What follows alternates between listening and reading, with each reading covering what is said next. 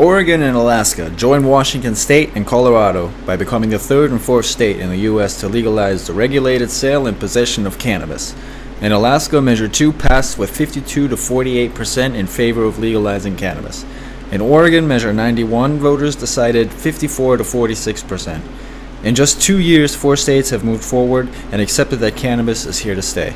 Washington, D.C.'s Initiative 71 had a positively overwhelming turnout. 7 to 3 backed the initiative, which will make the possession and cultivation legal in the nation's capital for those over the age of 21.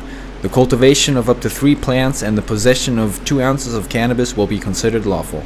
But this initiative will not pass if Congress decides against it and vetoes Initiative 71, which would be a big blow to the cannabis community.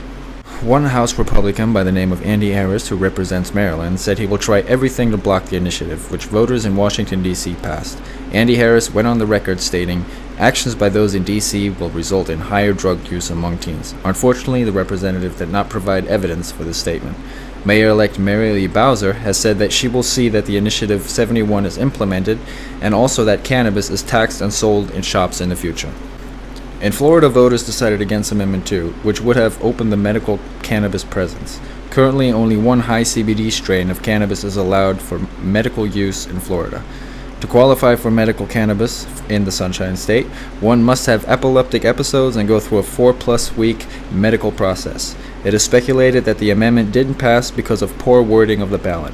Personally, I like to think that people see beyond this monopolized medical marijuana industry and want an initiative that legalizes the possession and distribution of recreational cannabis in 2016. The momentum to legalize cannabis is growing in California, even though legalization was rejected in 2010, with 56% of votes going against it.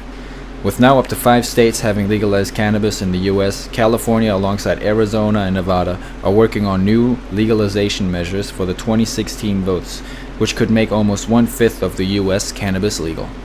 In Seattle, Washington, the legalization of recreational cannabis sale and possession has put the medical cannabis industry in a weird position.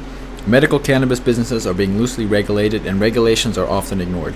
Very few of the businesses on file paid their taxes in 2013, but the regulations are so relaxed that the city isn't even sure if those 300 businesses even exist. This could mean the end of medical marijuana in Washington soon. In the city of South Portland, Maine, voters decided to legalize the possession of 1 ounce or less for adults 21 and up, with 52% in favor. Unfortunately, South Portland Police Chief Ed Guggens went on record stating, "I obviously was hoping this would be defeated, although I am aware of the changing attitudes about marijuana in society." He later added, "Regardless, we will continue to enforce state law." Currently, the possession of 2.5 ounces or less is decriminalized but not legalized in Maine, but that hasn't stopped police from citing citizens for the mere possession of cannabis. The NYPD has adopted new guidelines when it comes to cannabis possession in New York City. As long as a citizen has an ID, no pending or previous warrants, or is wanted in connection with an active investigation, they'll receive a fine of $100 or $250 if caught again within 2 years with 25 grams or less of cannabis. One will still be required to attend a court date, and if an officer determines that there is more than 25 grams, he'll place an arrest. While some states are still arresting cannabis smokers, legal states have shown a great economic improvement. In Colorado, over 3,500 jobs were created in 2013 through the first quarter of this year because of the legalization of recreational use. The weekly average wage of a cannabis industry worker is $555, which most positions are occupied by younger workers. A change for once, since the American economy hasn't been kind to them in recent years. So when will our government remove cannabis from the list of most deadliest drugs? Well, there's light at the end of the tunnel, with our nation's capital voting to legalize. It is now in the hands of Congress. Will they stand by the people's voice, or will they try to force their judgment onto us further? Subscribe, and Dank News will keep you updated.